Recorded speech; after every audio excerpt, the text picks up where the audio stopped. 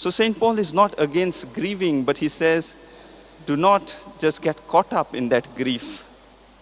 As Christians, our grief is always joined with hope. Hope that death is not the end. Hope that those who die in Christ will rise again.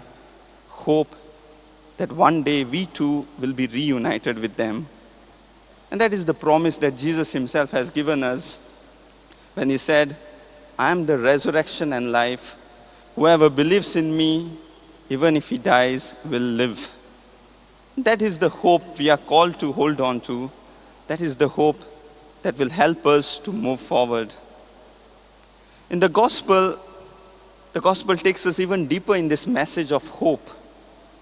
Jesus says in the gospel, I was sent to bring good news to the poor, to liberty to the captives, sight to the blind, and freedom to the oppressed.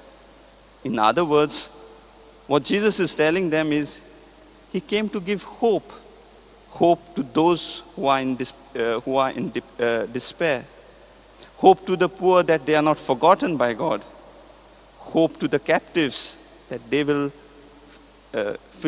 will gain freedom.